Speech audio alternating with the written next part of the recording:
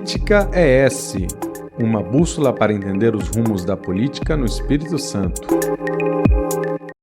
Olá, bem-vindo, bem-vinda, bem-vinde. Eu sou Vitor Taveira. Essa é mais uma edição do Política ES, programa sobre política e poder do Século Diário. Se você ainda não segue, convido a seguir o Século Diário no YouTube, nas plataformas de áudio e também acompanhar o Instagram, que é @tvséculo. Hoje temos como convidado aqui jornalista e pesquisador da história política do Espírito Santo, Nami Checa. Nami, bem-vindo, obrigado pela presença. Obrigado a vocês pelo convite. Nami, você tem estudado bastante aí a nossa história, né? E falta, né? É um momento que você dizia que, enfim, está se olhando mais para o Espírito Santo, né, para a gente entender a nossa história, e você começa a estudar principalmente a história republicana, né? Queria saber, assim, o que a gente entende de hoje, olhando para essa história, né? Nós moramos num estado, às vezes as pessoas não se dão conta disso, um estado muito antigo. Vitória, Vila Velha e Vitória são a terceira ou quarta cidade mais antiga do Brasil, mais antiga, tem Recife, Salvador, Recife, Olinda, São Vicente, Vitória. Vitória tem 200 anos a mais do que Ouro Preto, e muita gente daqui acha que Ouro Preto é mais antigo do que Vitória. É 200 anos mais jovem. Então nós temos uma política, um estado antigo, e a nossa política agora, mais recentemente, nos últimos anos, tem as academias, né, os centros de pesquisa estão se voltando mais para a nossa história. Eu sou um desses caras que estuda história, principalmente a parte republicana, para tentar extrair da história do Espírito Santo republicana alguma coisa que seja característica do Espírito Santo. Que os nossos políticos não são iguais aos políticos mineiros. Tem coincidências, né? Mas Tem tem também coincidência. suas particularidades. Os paulistas têm um jeito próprio, os gaúchos, os baianos, os pernambucanos, né? E a gente vai identificando. Um traço importante, por exemplo, é que nunca houve na nossa história nenhum levante contra o poder central. Os gaúchos já foram às armas na Guerra dos Farrapos contra o poder central. Os paulistas, agora em 1932, se levantaram contra o governo de Getúlio.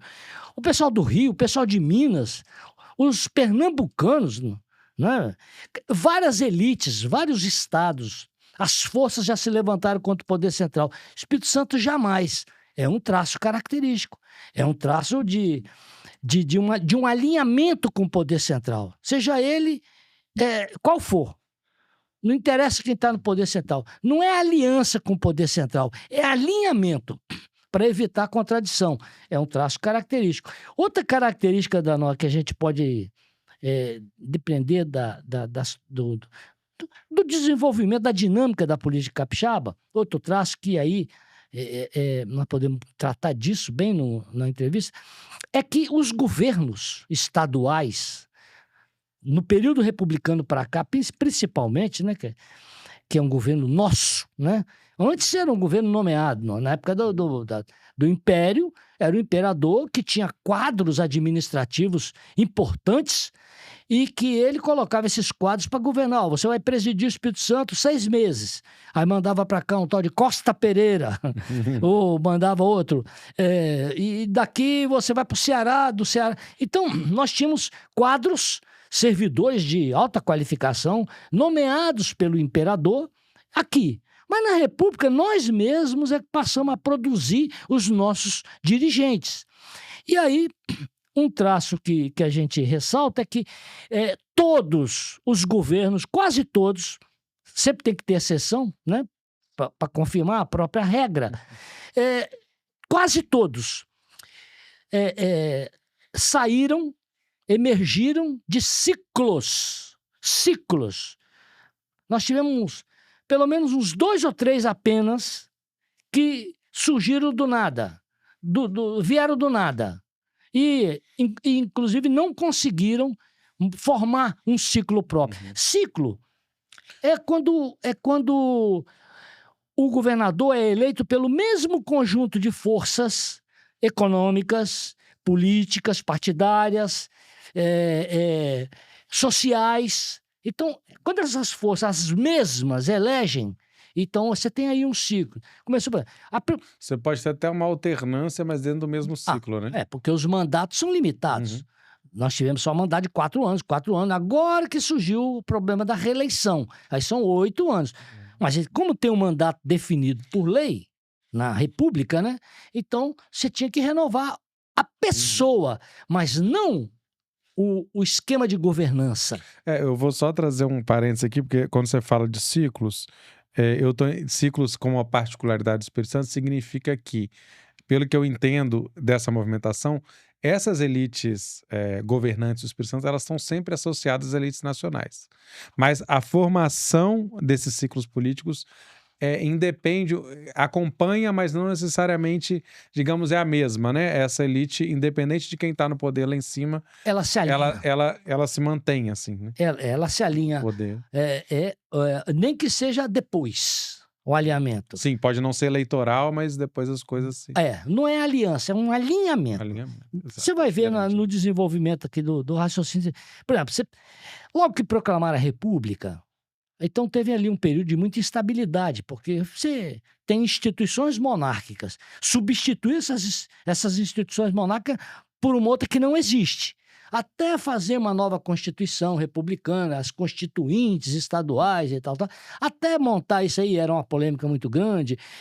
Falava-se muito num federalismo, porque o Império ele é centralizado. Na República era um sonho a descentralização. Tanto que botaram o primeiro nome do Brasil foi Estados Unidos do Brasil, seguindo a lógica norte-americana de criar muita autonomia para os estados, né, em detrimento do centralismo do governo federal, né? Os Estados Unidos são assim, os estados todos, cada um tem sua legislação, etc, etc. Aqui discutiu-se muito isso, então foi um período muito instável. 2, 3 anos depois da República, pra você ter uma ideia, o primeiro governador foi Afonso Cláudio, governou 2 meses. Ele governou 2 meses, mas é o primeiro governador. A coisa só se estabilizou para um mandato de 4 anos e tal, com o Muniz Freire. Então, o primeiro líder, grande líder da nossa República, primeiro, foi o Muniz Freire. Se elegeu, ficou 4 anos, elegeu o sucessor dele, Graciano Neves, e que nem terminou o mandato, que renunciou por razões particulares e tal. Aí vem Muniz Freire de novo, um segundo governo dele, 4 anos, né, de interregno. Ele faz o sucessor dele, Henrique Coutinho. Você vê um ciclo ali de 12, 13 anos ali. Um ciclo, né? É muito tempo. 12 anos, muito tempo. Então, o mesmo esquema.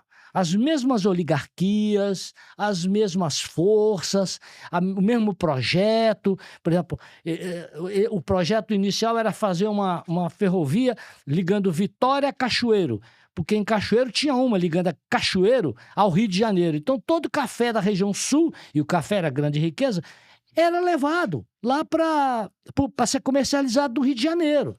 Muitos estudiosos já trabalharam essa questão do café. E aí essa ferrovia, ela liga a Vitória a Cachoeiro. No segundo governo dele, ele iniciou a Vitória Minas. Então, assim, é um ciclo com o mesmo projeto. Henrique Coutinho, no final do governo, rompe com o Muniz Freire, né?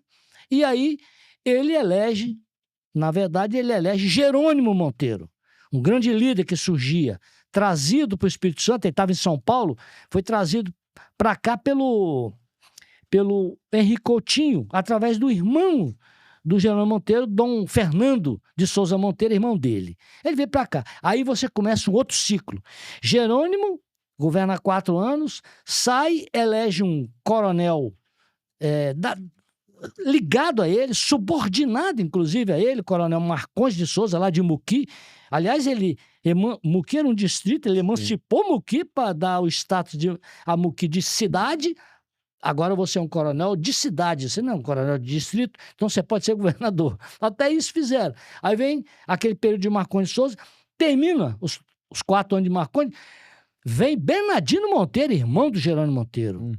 Depois de Bernardino Monteiro vem Nestor Gomes, que é o contador daquela família, o guarda-livros daquela família, o técnico da família Souza Monteiro. Depois dele vem o o cunhado do Jerônimo Monteiro, Florentino Avidos, casado com a irmã de Jerônimo Monteiro.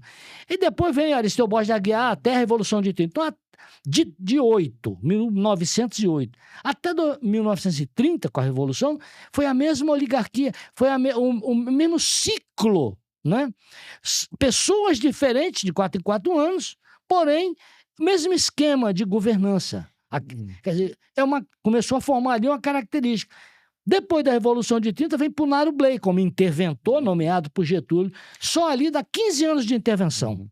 Na verdade, a Revolução de 30 ela representa uma ruptura com essas oligarquias rurais, né?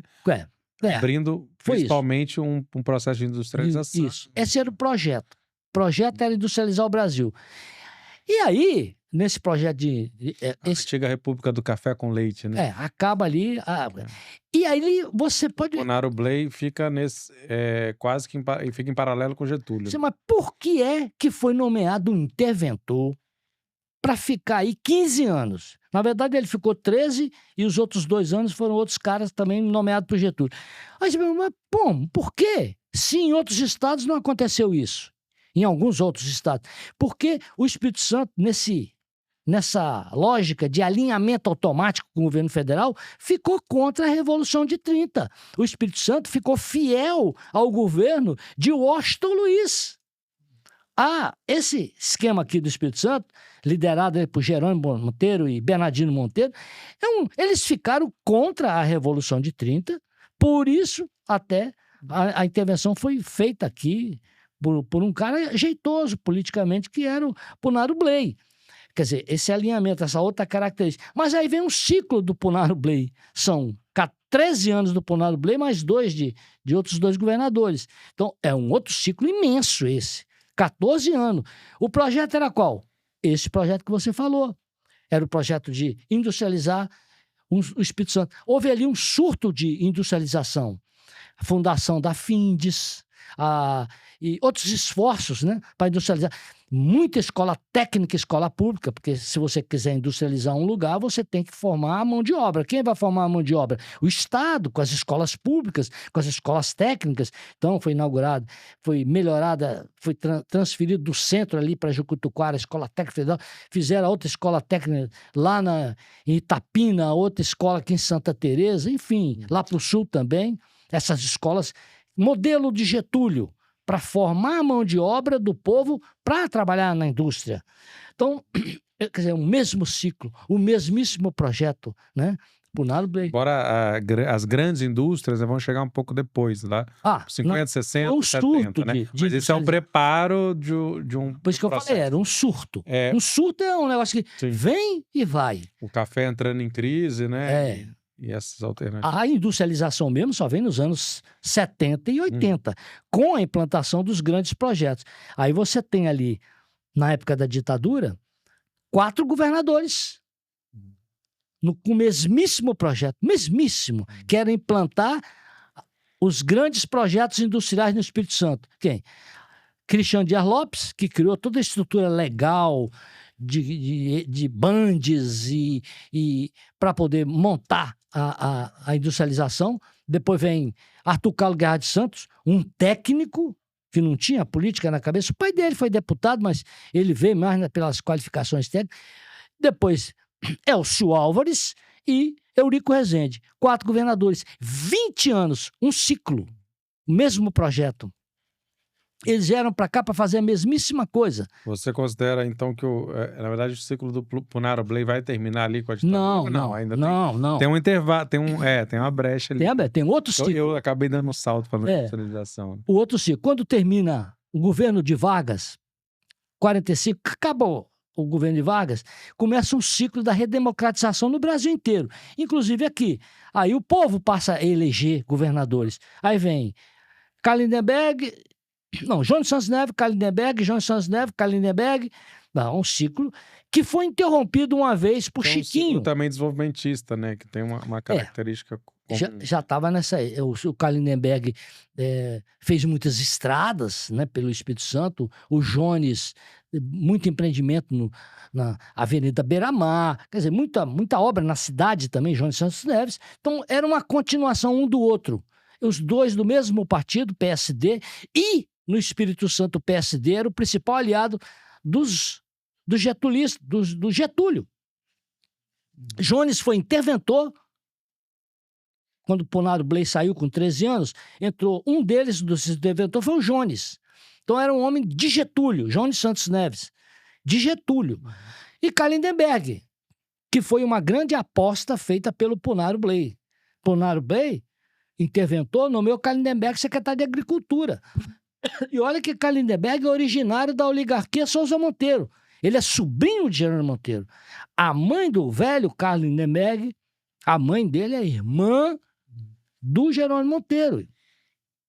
Né? Então, era uma aliança tática, né, que havia ali entre o PTB de Getúlio e o PSD. Né? Muito bem, porque Getúlio criou esses dois partidos. O trabalhismo e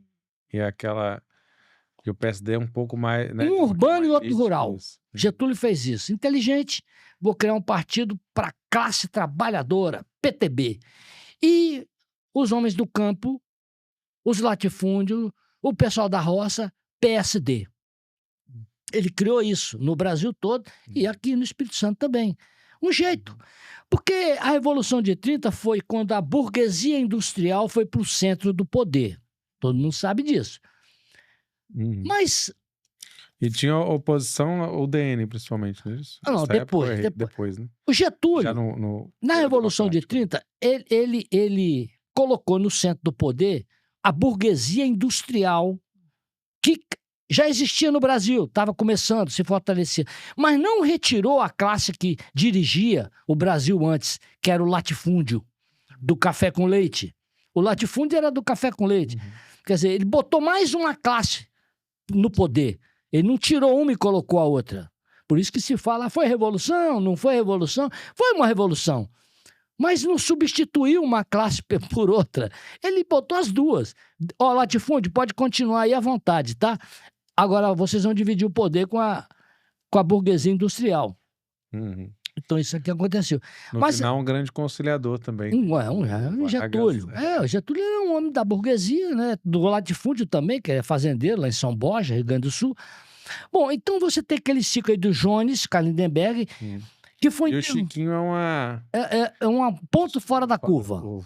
Francisco Lacerda de Aguiar. Francisco Lacerda de Aguiar. Que ganhou uma vez, voltou Kallenberg, ele ganhou, depois de Kallenberg ele voltou para o poder e só foi derrubado depois pela ditadura em 64. Ele é muito falado como uns traços populistas, né?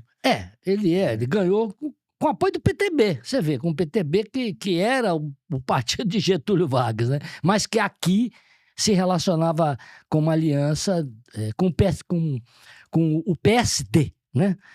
Por causa das ligações antigas que Getúlio tinha aqui.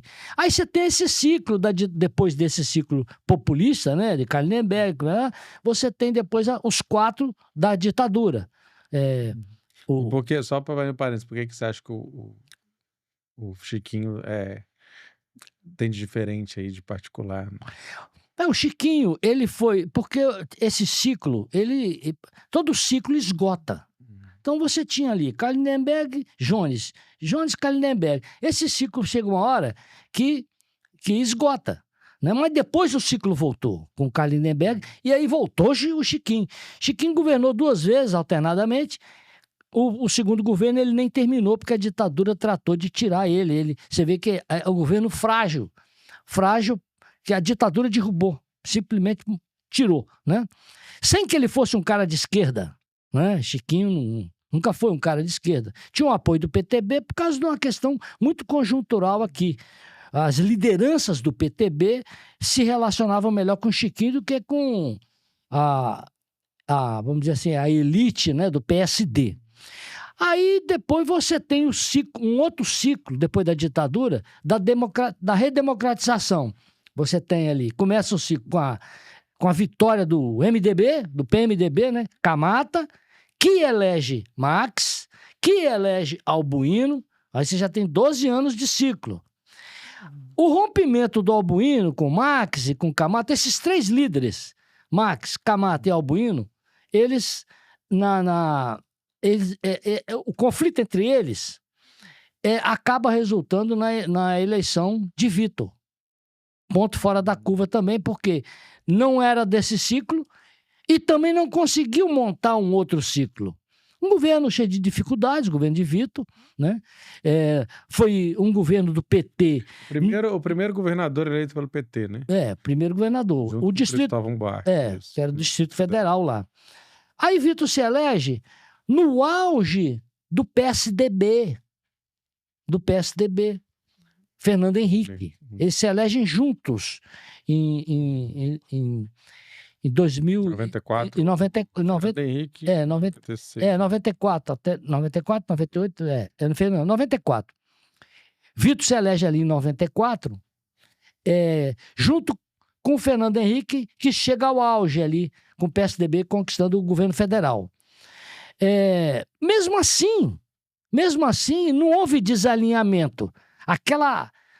Aquela tendência histórica de alinhamento com o governo federal, seja ele qual for, levou Vitor a não ter problema algum.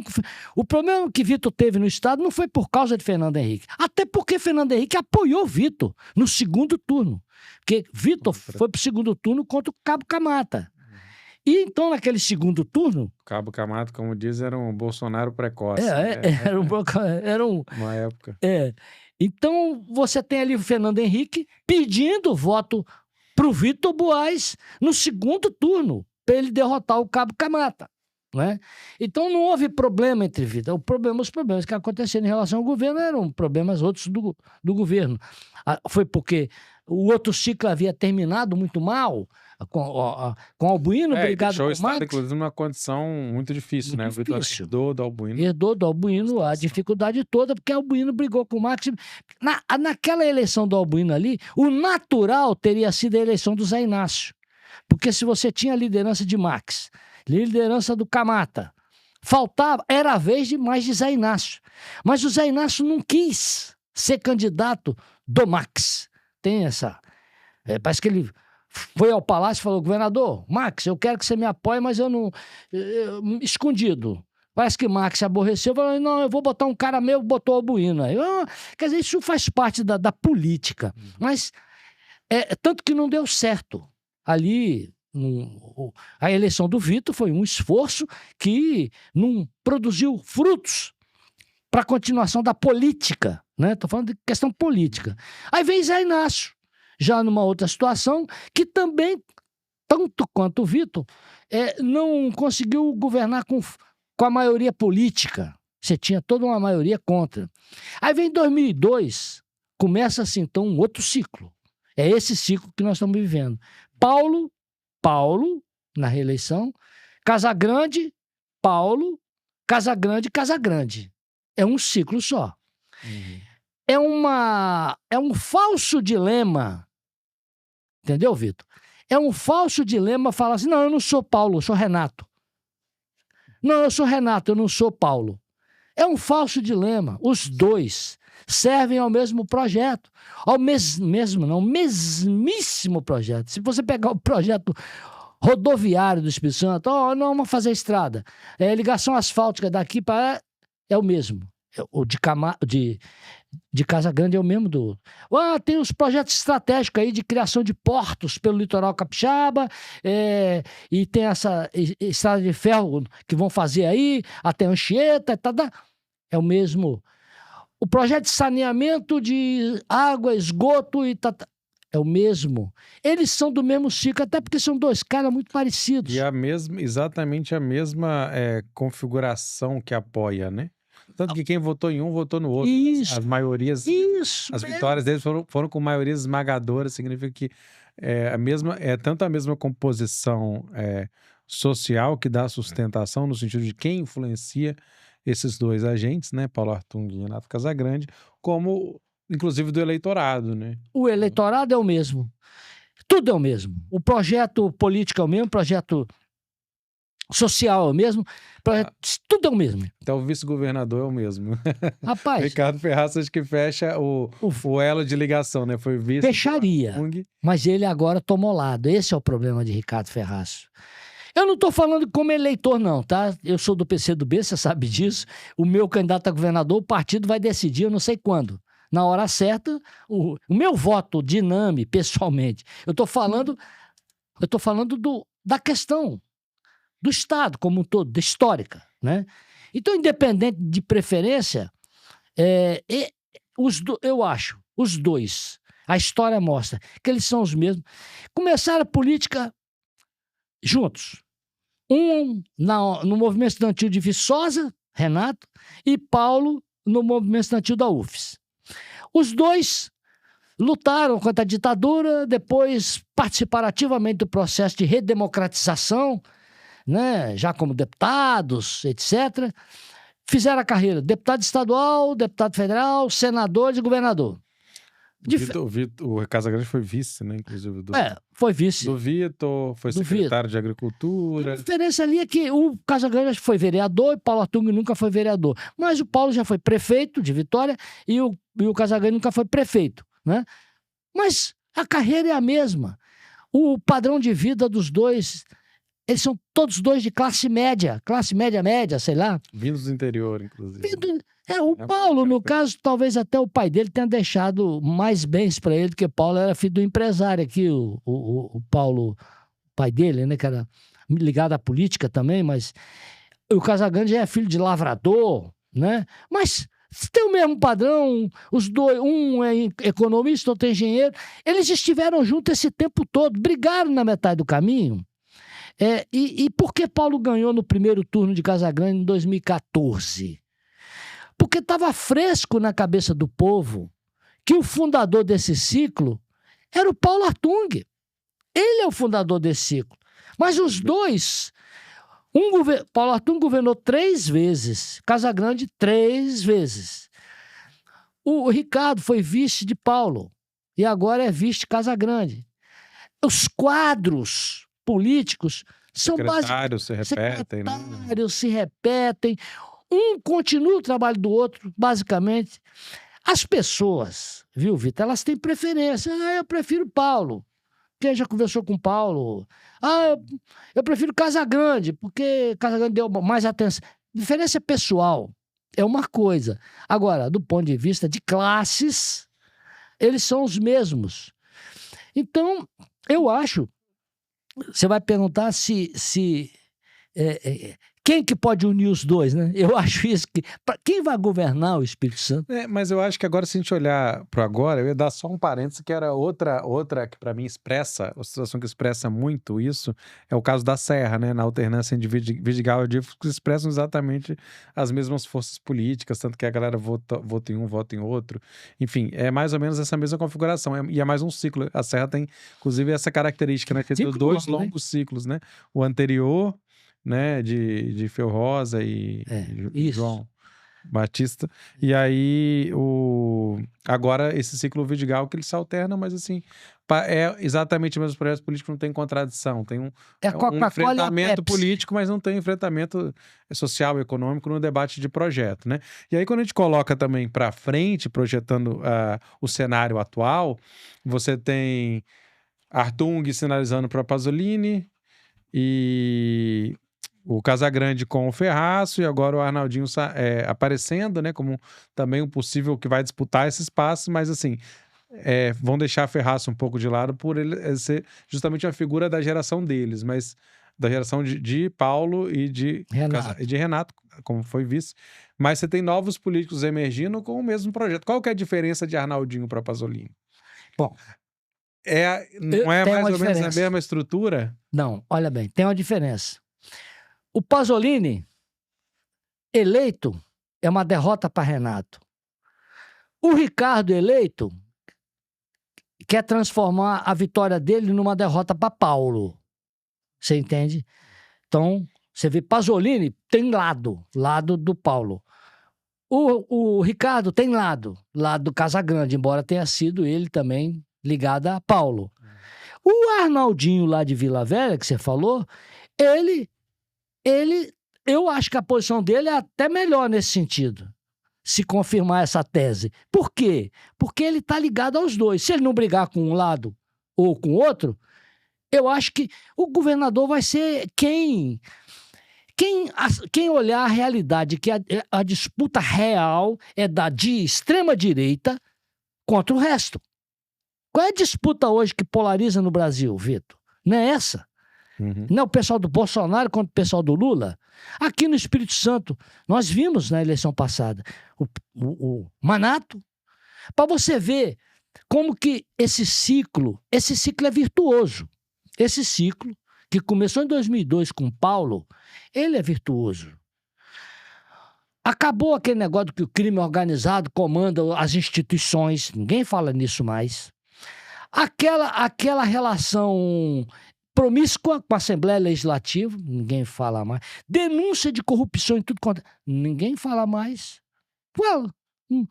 O Paulo tem uma boa fama e o Casagrande também uma boa fama. Ninguém acha que eles são ladrões, que eles roubam. Ninguém acha. A relação deles com o judiciário também é saudável, no geral. A relação com os empresários, tanto um quanto o outro. É muito saudável. Muito saudável. Até demais, Até talvez. demais. Então eles têm... É o mesmo, esses planos também que eles lançaram, plano S, 2030, plano... É mais ou menos a mesma O Espírito coisa. Santo em ação é quem inspira ambos. Vai de um para o outro, né? É quem inspira. Atravessa. Isso. Se você perguntar ao pessoal do Espírito Santo em ação, eu não sei nem quem é do Espírito Santo. Se você pensar o cabeça pensante lá, ele vai falar assim: eu quero esses dois juntos. Por quê? Porque esses dois são... a prova de que o capixaba valoriza esse ciclo, não é um nem o outro. O ciclo virtuoso é que, por exemplo, na eleição passada, o Bolsonaro arrasou aqui no Espírito Santo. Derrotou o Lula feio no primeiro turno e no segundo turno e pediu voto para o Manato. O povo respondeu: Bolsonaro, nós vamos votar em você. Nós queremos tirar o PT de lá, vamos votar no Bolsonaro. Votou todo mundo no Bolsonaro. E Casagrande? E para governador? Não, governador, nós vamos poupar. Pouparam o Casagrande. Tipo assim, não, esse ciclo não pode ser encerrado. Não pode. Ou seja, até o Paulo Artung, sem querer, por ter colaborado com esse ciclo, ajudou o Casagrande a se reeleger. Casagrande se reelegeu, ele pensa que foi por que ele que se elegeu? Porque o povo quis preservar esse ciclo. Mas quando a gente fala assim, desse ciclo, a gente chega num momento importante no próximo ano que pode ser que pela primeira vez nesses mais de 20 anos você não vai ter Casagrande nem Artung nas urnas, a não ser que o Artung mude de ideia e entre no tabuleiro. Isso não está descartado, embora parece que não é o que está na vista dele. Mas se isso acontece, você abre um flanco, né, de uma possibilidade de mudança real dessa alternância de poder, mas eu não estou enxergando a possibilidade de mudança do programa político, porque para Pasolini parece que vai lhe restando uma possível aliança com a extrema-direita, sim, né? A gente não sabe se vai ter candidatura própria do PL ou se eles vão fazer uma aliança. Isso tem todo um debate também nacional envolvido, que isso assim poderia ou não, né? Porque o que eu falo é que na prática, apesar dessas diferenças que você falou, né, dos campos, o projeto de Pasolini é o mesmíssimo de Arnaldinho e de... grosso modo, né? As Sim. alianças políticas, a configuração de classe é basicamente a mesma, muda... A formação política deles. Isso, e muda só posições, né? Eu estou com esse ou não estou com aquele, essa é a diferença. Não é substancial, é mais um posicionamento político, uma disputa de poder interna dentro dessa individualizada. classe, né? Dessa elite política, dessa classe dominante. Então, a gente tem esse cenário aí de que pode ser que se abra, né, para além desses dois, mas também dentro desse ciclo, porque também a esquerda não parece, nem a esquerda nem a extrema-direita estão parecendo hoje capazes de protagonizar a derrubada, considerando que Pasolini possa estar com Artung também, né? Estariam em lados opostos, mas estariam capitaneadas pelos mesmos agentes que estão no poder, ou seja, tenderia a ser uma continuidade desse ciclo. Mas isso aí é uma aposta. É uma aposta. Porque o que eu estou achando é que esse ciclo, ele ou se encerra, se tiver razões concretas, reais para ele se encerrar, ou seja, sai de cena Casagrande, sai de cena Paulo Artung, aí fica um vácuo, e na política não existe vácuo, alguém vai ocupar. Aí, esse alguém vai chegar ao poder porque o ciclo terminou. Mas eu acho que é patrimônio do povo capixaba aí que tem que considerar. Esse ciclo, nenhum estado tem, vamos dizer assim, esse ciclo de virtuoso. São Paulo não tem. O Rio, eles não conseguem montar um ciclo. É Brizola e depois não sei quem. Chegou ao ponto de ser todos os ex-governadores presos. Sempre estavam tem vivos. eleição que irrompe, assim, de rupturas. Eleições que vieram só para produzir uma ruptura. Não tem sido assim no último quarto de século. Esse ciclo está durando já um quarto de século. O capixaba nunca viu, em um quarto de século, uma harmonia. O governo que todo mundo quer ter. Nenhum outro estado tem. Esse sistema de governança. Vamos dizer, não é um governo. Um sistema de governança que foi desenvolvido pelos capixabas. Isso é meritório. Isso é mérito do povo capixaba. Mérito. Por isso que o que revela mais quem é o político é o eleitor dele. Pelo eleitor dele que você vai... Deixa eu ver quem é esse político. Deixa eu pegar aqui. Aí vou estudar o eleitor dele. O eleitor dele é que vai dar a resposta sobre quem é o cara, né? Se bem que, assim, esses políticos se transformam em personagens também. Esses personagens são perigosos. Quando o político se transforma num personagem, a coisa fica perigosa, porque é um personagem, ele não existe, né? Sempre tem isso. Você tem visto aí nessas eleições? Costumam ter Os caras... vida curta, né? Esses personagens. É efêmero, isso é efêmero. Mas esses caras, assim, que se vestem de um personagem, vão para as redes sociais, aquele personagem dá vontade de você votar nele. Você fala assim, bicho, esse cara é o cara, vou votar nele. Você entende? Que ele criou um personagem.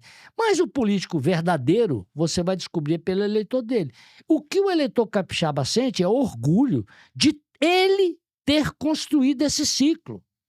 Dele ter sido tão seletivo que colocou dois caras lá, Artung e Renato Casagrande, como dois caras que corresponderam à expectativa mais geral.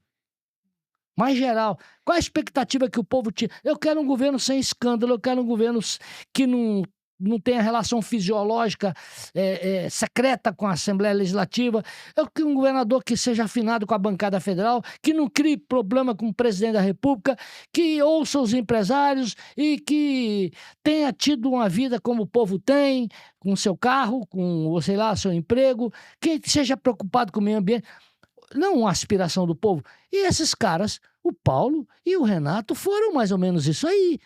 Eles não causaram decepção. Responderam ao que as pessoas esperavam. Né? Então, acho que o que o povo precisa, o que o povo quer é preservar esse ciclo com quem? Aí fica essa pergunta. Quem pode preservar? Eu, à primeira vista, acho que alguém cuja eleição não seja uma derrota nem para o Paulo e nem para o Renato. Por quê? Porque Paulo e Renato, querendo eu, ou querendo você, ou querendo ou não querendo, são as duas maiores expressões políticas do Espírito Santo, pô. Um governou 3 vezes, o outro governou 3 vezes. Rapaz, eles são a maior. O resto é aposta. Pasolini, é uma aposta. Quando você aposta, você pode ganhar, pode perder. O Arnaldinho é aposta também. Será que... O Ricardo Peça não tem dúvida que representaria uma continuidade. O Pasolini e o Arnaldinho, eles terão em mãos a possibilidade de abrir um novo ciclo em algum sentido. Eu não vejo muita margem no projeto econômico, mas politicamente tentar até criar um novo momento que vá superar, né? Projetar a imagem deles. Concordo. E apontar algum horizonte que traga para diferenciar, vou dizer, né? Concordo, ele tem que chegar e dizer assim, ó, não tem esse ciclo foi bom, mas eu sou o cara para desenvolver isso. Apontar alguma coisa nova, algum outro horizonte. Isso aí. Se ele chegar como um cara que vai negar o ciclo, vamos mudar, isso está ruim, Não, o discurso é outro. Tá bom, até onde chegamos, agora passou da hora de começar a desenvolver isso melhor. Desenvolver isso melhor. Existe, é outra época, é outra geração, sabe? O legado desse ciclo fica como substância para o desenvolvimento dele. O discurso tem que ser aí, eu acho. Porque o cara que chega lá negando, como é o caso do Manato. Manato chegou negando. Ah, isso não presta, eu vou governar diferente. Não colou. Porque o povo falando, não presta como, rapaz? Olha o Rio, olha Minas, olha São Paulo, olha Maranhão, olha não sei aonde, agora olha o Espírito Santo, rapaz. Onde é que está o problema? Não é que o governo é maravilhoso, o ciclo é maravilhoso, mas o capixaba tem motivo para ter orgulho desse ciclo, que é um desenvolvimento político nosso, da nossa natureza, é nosso. Então tem que valer muito, cara, é nossa identidade. Nós, depois de muitos anos, conseguimos desenvolver um ciclo virtuoso onde as coisas se deram de forma harmônica. Na luta de classe não tem tanta harmonia, mas para eleger a eleição democrática é com essas limitações mesmo. Não é uma revolução. Se fosse... Claro, até porque o processo de participação política social, ela é muito baixa nesses 2 governos, né. Impera aí o empresariado é o aliado número 1 e é quem dita as políticas desse ciclo. E Isso é como muito evidente. solucionar esse mandonismo dos empresários? Aí que tá. Hoje a esquerda, ela critica o fato dos governadores receberem um projeto elaborado pelo Espírito Santo em Ação, onde só tem patrão. Os empresários da indústria, do comércio, do serviço, não sei o quê, são esses caras donos de shopping, esses caras aí donos de grandes indústrias de construção civil, os empreiteiros. Essa turma é que elabora o projeto de futuro, do Espírito Santo do Futuro, através dessa ONG chamada Espírito Santo em Ação. Tá, a esquerda fala mal, mas só que a esquerda, eu já falei isso em reuniões assim de partidos, nós, a esquerda, eu falo nós, que eu sou da esquerda, tínhamos que fazer a mesma coisa. Tem quantos economistas progressistas tem aí, quantos advogados, quantos profissionais de todas as áreas que nós temos, gente que entende da questão rural, da questão do interior, do MST, sei lá o quê. Nós, da esquerda, tínhamos que oferecer um projeto de futuro do Espírito Santo, não é que fosse contraditório necessariamente ao dos empresários, que é do Espírito Santo em Ação, mas alguma coisa que a gente colocasse na mão do governador, ó, tenho aqui o projeto do Espírito Santo em Ação, eu tenho aqui o projeto das forças populares. Eu vou tentar conciliar o que dá para conciliar e vou optar, vou discutir o que dá o que é contraditório.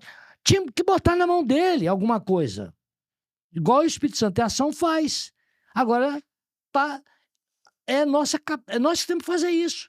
A esquerda, os partidos de esquerda, as forças, que tem que trabalhar, elaborar alguma coisa que contraponha o processo, o projeto do empresariado. Mas a esquerda optou por estar com pequenos espaços nesses governos, ao invés de construir uma alternativa, e aí acabam tendo resultados eleitorais pífios numa disputa estadual. Isso também Pode ser isso. aí é um ciclo, eu vou dizer, um ciclo vicioso da esquerda capixaba, né, É. que não consegue sair de apoiar esses governos, Ou se unir, pelo aceitar as menos. contradições, ocupar poucos espaços e seguir ali sem conseguir construir uma alternativa concreta e visível para a sociedade, né? Porque a sociedade enxerga que essa continuidade tá bem, né? Não quer ver uma transformação maior. E, A esquerda nem tem unidade também, devia buscar essa unidade em cima de coisa concreta. Vai ver que discutir um projeto do Espírito Santo Futuro pode ser até uma coisa que unifique os interesses da esquerda. Ó, vamos fazer aqui uma coisa que se contraponha. hoje ela não tem um projeto para dizer, como você falou, né? Não tem um projeto para dizer isso que nós queremos para o Espírito Santo, né? Aí Isso que tá. torna muito Então não vou fragilizado ficar falando mal qualquer do Espírito disputa. Santo em Ação. Não pode falar mal, entendeu? A gente não constrói nada que possa contrapor. Então, isso chega na mão do governador, seja ele quem for, e o cara fala assim, é isso aqui. Ninguém me deu nada diferente, né? Porque eu acho que uns caras com a cabeça aberta, como o Casagrande, como o Paulo, como essas outras lideranças que nós temos aí, senadores, deputados estaduais, prefeitos também, esses caras também podem ajudar a elaborar uma coisa alternativa. Fica aí o Espírito Santo em Ação levando a turma lá para Pedra Azul, né? E aí faz coisas lá, falando em Pedra Azul, aí entrega para Paulo e para Casa Grande. E aqui embaixo das montanhas, cá no asfalto, a gente fica olhando a diferença da água Ingá com a água Pedra Azul, água mineral. A diferença é essa, entre Paulo Artung e Renato Casagrande, é da água Ingá para a água Pedra Azul. Fazendo propaganda da... Pois é, bom, vamos chegando ao fim. Obrigado, né, Michel? Esse foi o Politicast, programa semanal do Século Diário. Produção e locução minha, Vitor Taveira, e o apoio técnico aqui do Alexandre Bisinotto no estúdio Rocket Filmes. Lembro você para seguir o Século Diário no YouTube, Spotify, plataformas de áudio, e também temos todo dia notícias sobre o Espírito Santo lá em séculodiario.com.br. Obrigado e até logo.